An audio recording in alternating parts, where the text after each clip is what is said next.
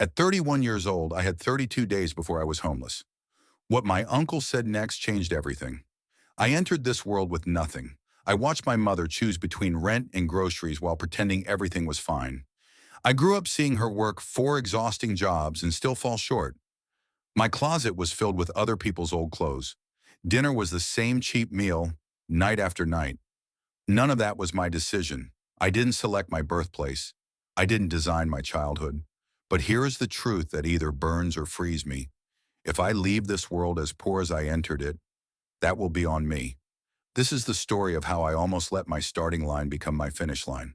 And if I'm ready to stop hiding behind excuses and start taking ownership, I have to face what comes next. Because this was the moment that forced me to wake up. I was 31. I lived in a worn-down neighborhood on the edge of a middle-sized American city, the kind of place people drove through with their windows up. I worked as a warehouse inventory assistant, $15 an hour, same housing complex I grew up in, building D Unit 218, same cracked paint, same elevator that barely worked. Same view of the parking lot where my father's car once sat before the bank took it back. My father left when I was 8. My mother, Elena, carried everything alone. She cleaned hotel rooms for 24 years. Her hands were permanently dry and scarred from chemicals. She never earned more than $13 an hour. She never owned a house. She passed away at 59. There was $912 in her bank account. 7 months ago, I stood at her funeral wearing a borrowed jacket because I couldn't afford my own suit. I stared at the casket and made a quiet vow. I will do better. I will end this cycle. But 7 months later, nothing had changed. I was still living paycheck to paycheck, still using the same assistance card my mother once used, still riding the same bus line to the same job with no ceiling, still scrolling through social media, watching classmates who went to college celebrate promotions, new homes, vacations, and deep inside, I believed something dangerous. I'm poor because I was born poor. The system is stacked. People like me don't rise. Every morning while stacking boxes, I would think, what's the point? I'm already 31. No degree, no network, no inheritance, no head start. This is just how life works for people like me. My coworkers echoed the same script. At lunch, we complained about rent, about how the wealthy multiply their money, about how opportunity only knocks on doors that are already expensive. I agreed. It felt logical. It felt safe. Blame is comfortable. If poverty belongs to my parents, the economy, the government, the invisible system, then I don't have to change. I don't have to risk failure.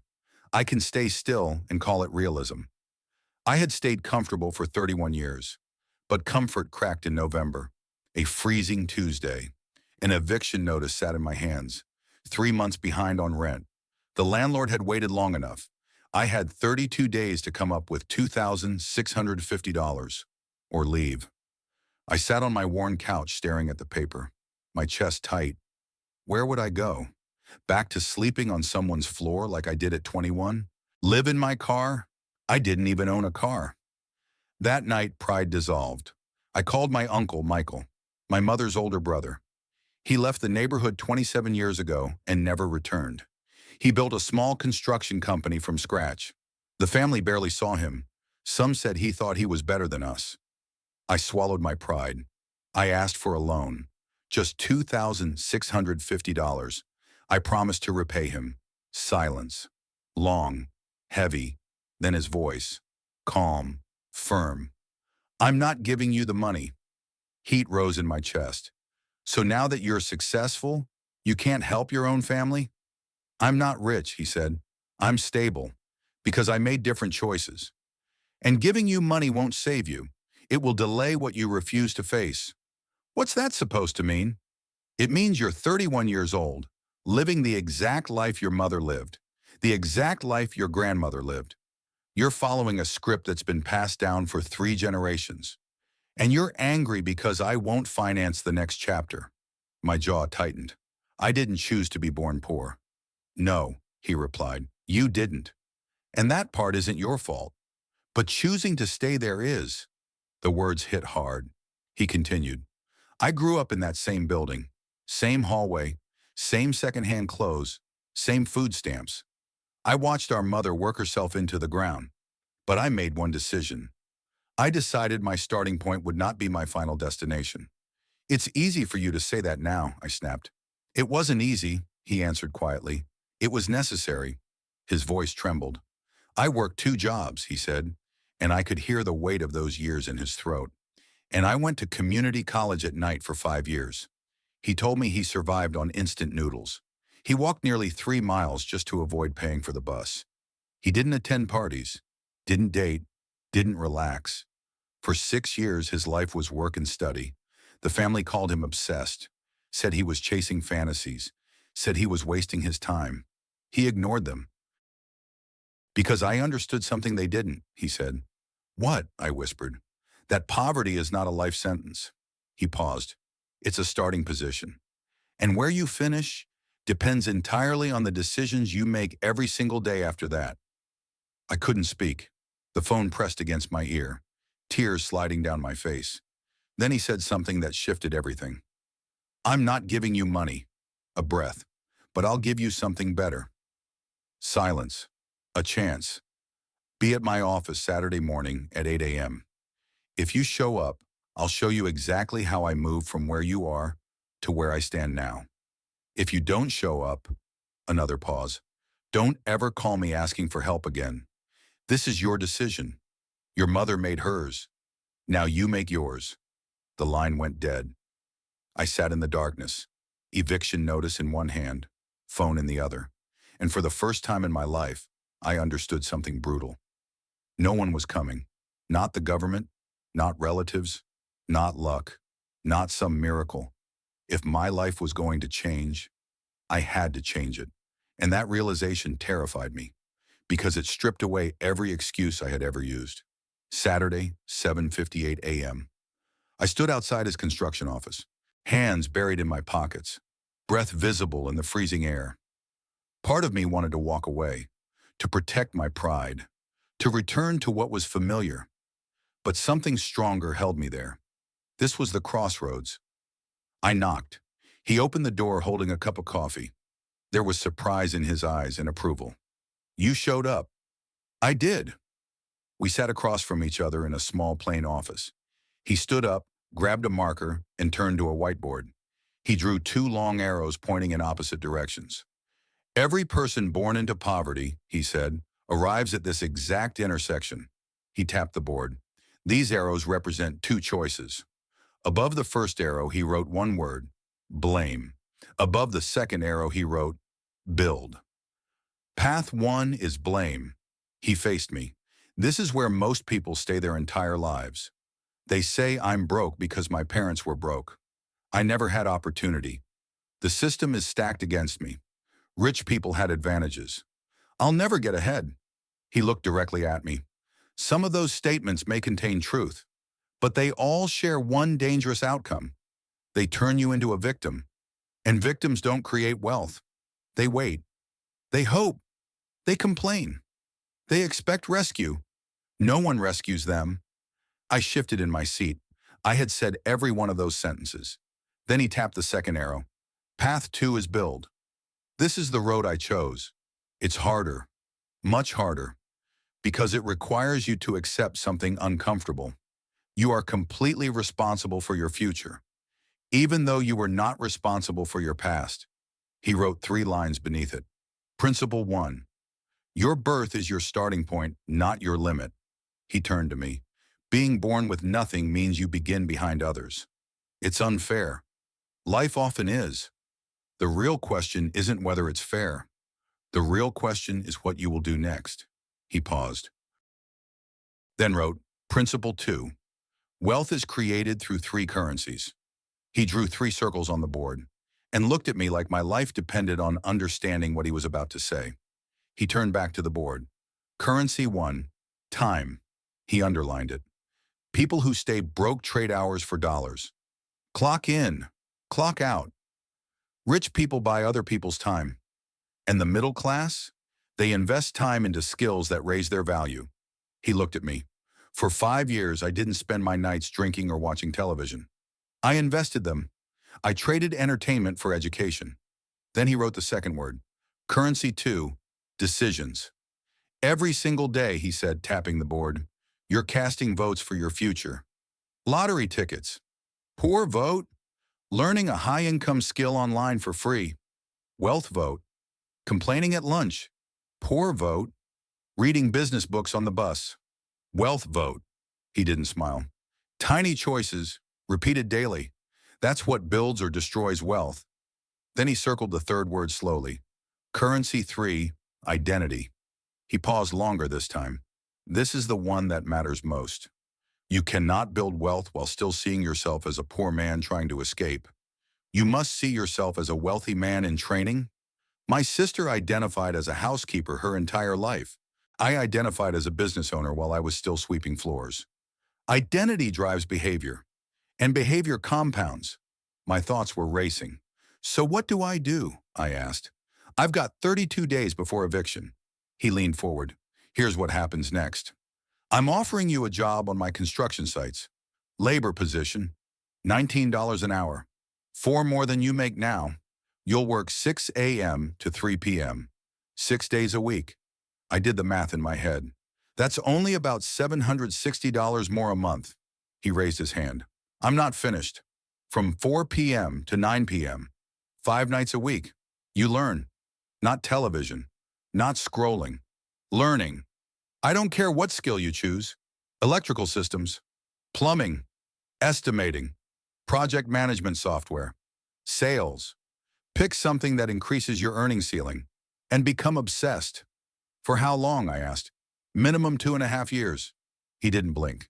If you follow this plan, you won't recognize your life. You'll either run crews for me earning around $68,000 a year, or launch your own company, or transition into a skilled trade earning 6 figures. He stood up and extended his hand. But understand this. I do not tolerate excuses.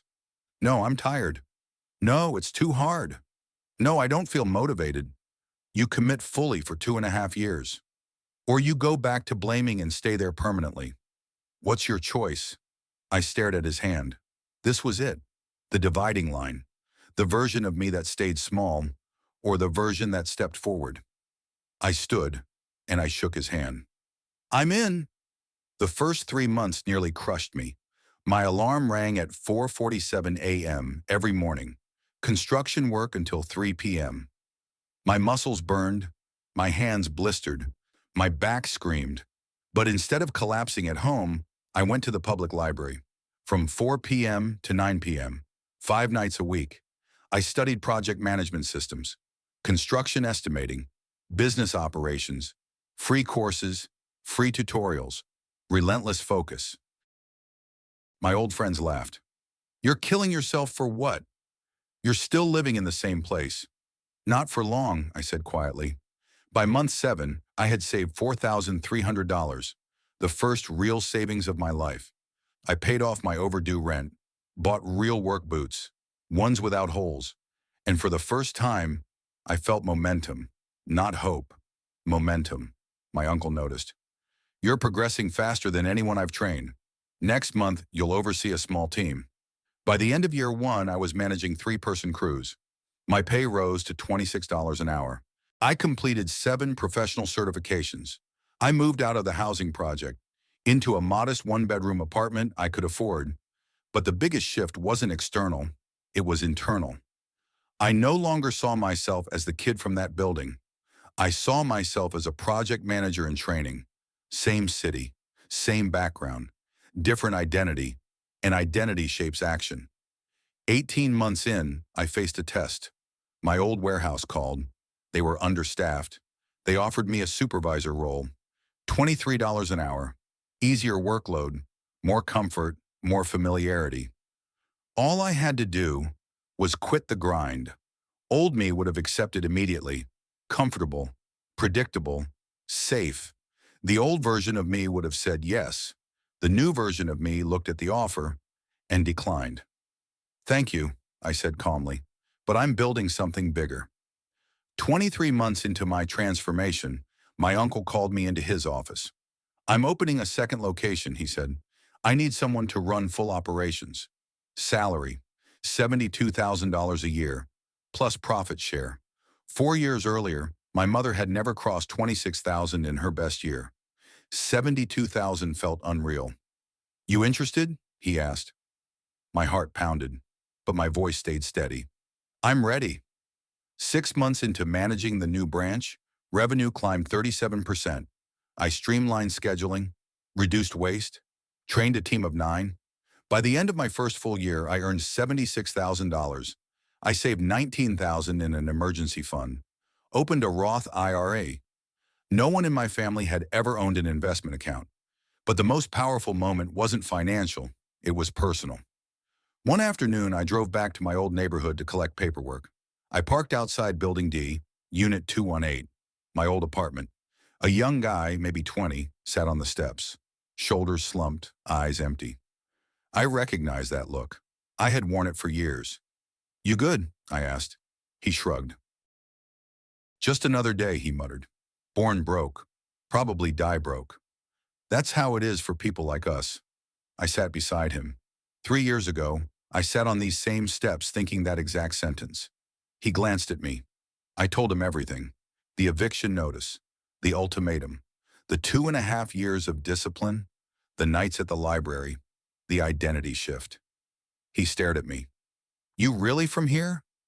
Building D Unit 218. Lived here 29 years. And you got out? I smiled. I didn't escape. I built. And you can too. But first, you stop waiting for rescue. You start rescuing yourself. I handed him my uncle's business card. If you're serious, call Monday morning. Show up ready. No excuses. He held the card like it was a winning ticket. I stood up, looked at that building one last time, then walked to my car. I hadn't just changed income. I had broken inheritance. This story isn't about money, it's about responsibility. You are not accountable for the hand you were dealt. You are accountable for how you play it. Being born in struggle, not your fault. Growing up in a broken home, not your fault. Starting behind, not your fault. But staying there, that's on you. Because poverty is more than numbers. It's a mindset, a belief system. It's just how life is for people like me. I don't have advantages. Rich people got lucky. Poor people stay stuck. As long as I believed those sentences, I stayed trapped. Every day I stood at the same crossroads. Blame or build. Blame is comfortable. Blame keeps you small. Blame gives you sympathy and a lifetime of excuses. Build is brutal. Build demands ownership. Build demands sacrifice. Build demands discipline when no one is watching. But build changes generations. So let me ask you something. Right now, which path are you walking? Are you blaming or building? If you're ready to build, start here. Step 1, change your identity. Stop saying, I'm broke. Start saying, I'm building wealth. Language shapes belief. Belief shapes behavior. Behavior shapes results. Step 2, audit your time for 7 days. Track every hour. How many hours earned money? How many hours built skill? How many hours were pure distraction? The numbers won't lie. Replace 1 hour of entertainment with 1 hour of growth. 1 hour a day equals 365 hours a year.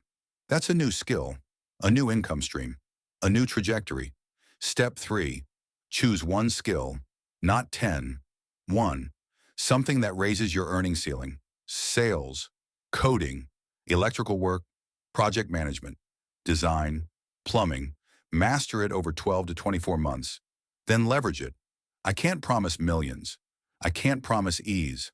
But I can promise this. 2 years of building will make you unrecognizable. 5 years will rewrite your family's future. When someone asks how you did it, you'll answer the way I do. I stopped waiting for life to change. And I changed. Your birthplace is not your burial place. Your start is a chapter. Your finish is the book. And you're holding the pen. Born broke? Not your fault. Die broke? Your decision. So decide. Build. If you were born poor, do you believe you can break the cycle?